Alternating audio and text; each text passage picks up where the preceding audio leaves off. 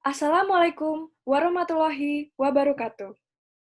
Kami dari kelompok Abipraya akan mempresentasikan karya tulis yang berjudul Pusat Pengembangan Usaha Masyarakat atau disingkat PPUM, peningkatan ekspor dengan pemberdayaan masyarakat lokal terintegrasi untuk mewujudkan ekonomi Indonesia yang berkelanjutan. Untuk mengikuti lomba, karya tulis ilmiah nasional Lentera 2 tahun 2020. Sebelumnya, izinkan saya memperkenalkan diri.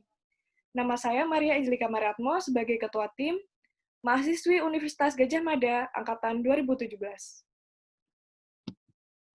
Perkenalkan, nama saya Nyoman Reshita Andriani dari Fakultas Kedokteran Hewan Universitas Gadjah Mada, Angkatan 2017. Perkenalkan, saya Plasidus Arga Wimata dari Fakultas Kedokteran Hewan Universitas Gadjah Mada Angkatan 2017. Pada kesempatan kali ini, saya mewakili tim Abipraya akan mempresentasikan tentang Pusat Pengembangan Usaha Masyarakat atau PPUM, peningkatan ekspor dengan pemberdayaan masyarakat lokal terintegrasi untuk mewujudkan ekonomi Indonesia yang berkelanjutan. Yang pertama, latar belakang dari PPUM sendiri adalah adanya pandemi virus corona yang menyebabkan penurunan nilai ekspor bahan olahan pangan Indonesia sebesar 49,6 miliar rupiah dan ini dihitung dari bulan Desember 2019. Penurunan nilai ekspor ini berdampak pada UMKM, terutama di bidang kuliner dan pariwisata. Untuk mencegah penurunan yang terus, pemerintah telah mengeluarkan kebijakan guna menstimulasi pergerakan ekonomi, khususnya di bidang UMKM, dengan meluncurkan program KITE atau kemudahan impor untuk ekspor, serta stimulus modal untuk 23 juta usaha UMKM.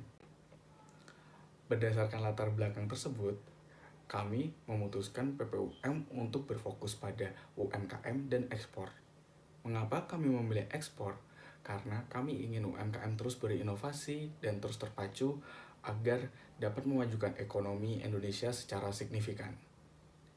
Tujuan ekspor sendiri adalah untuk menambah devisa negara serta memulihkan ekonomi suatu negara. Selanjutnya, dalam perannya sendiri, ekspor juga meningkatkan jumlah investasi dalam negeri, menekan inflasi terhadap mata uang, menjaga kestabilan harga dalam negeri, serta mengembangkan usaha kecil menengah. Lalu, perumusan masalah PPUM sendiri, yang pertama, semakin pesat pertumbuhan ekspor di bidang non-migas dan UMKM.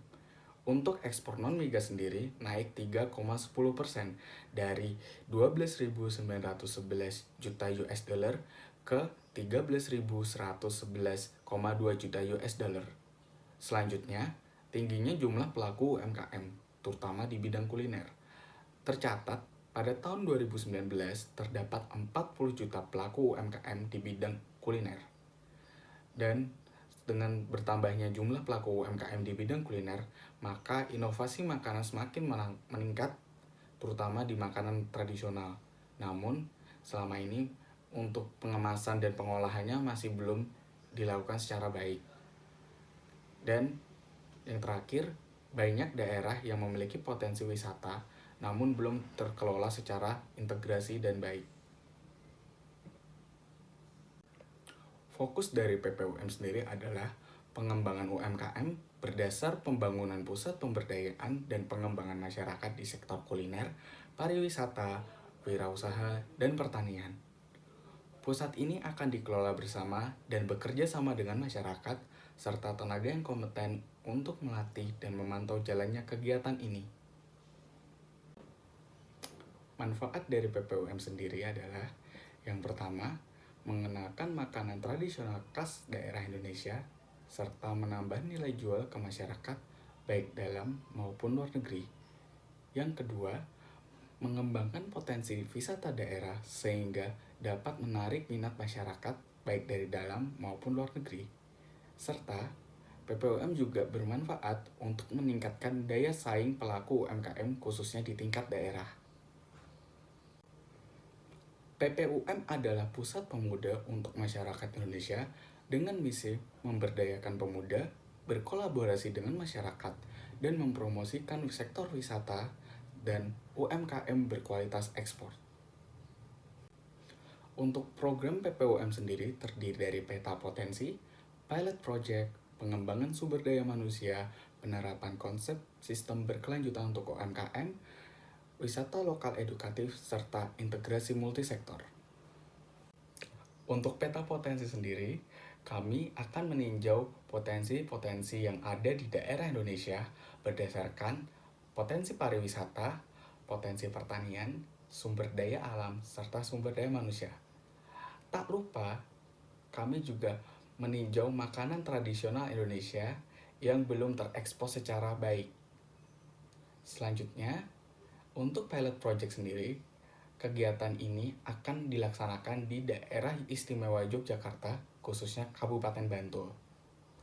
Untuk pengembangan SDM sendiri dilakukan agar SDM dapat mandiri dengan cara memperantarai UMKM, petani, serta produsen setempat untuk mengolah bahan dasar yang akan diolah menjadi bahan pangan khas daerah berkualitas ekspor. Lalu, untuk penerapan konsep berkelanjutan dimaksudkan agar tidak hanya berfokus di bidang kuliner, namun juga bisa mengembangkan potensi wisata serta potensi edukasi. Sehingga akan terciptanya wisata edukasi lokal serta kegiatan ini dapat terintegrasi secara multisektoral. Selanjutnya, integrasi multisektoral akan berpengaruh pada pembangunan berkelanjutan. Terdapat 3 pilar yang berperan dalam pembangunan berkelanjutan, yaitu ekonomi, sosial, dan lingkungan. Ketika ketiga pilar ini bekerja sama secara sinergi, akan menghasilkan pembangunan berkelanjutan yang optimal.